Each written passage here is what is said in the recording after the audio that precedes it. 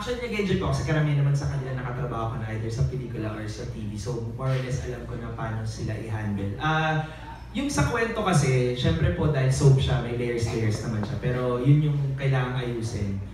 Pero tingin ko po mabibigyan naman sila lahat ng tamang space at tamang progression dun sa kwento. Kasi nga, importante rin na, yun nga, katulad sinabi ko kanina, dahil kwento siya ng mag-asawa.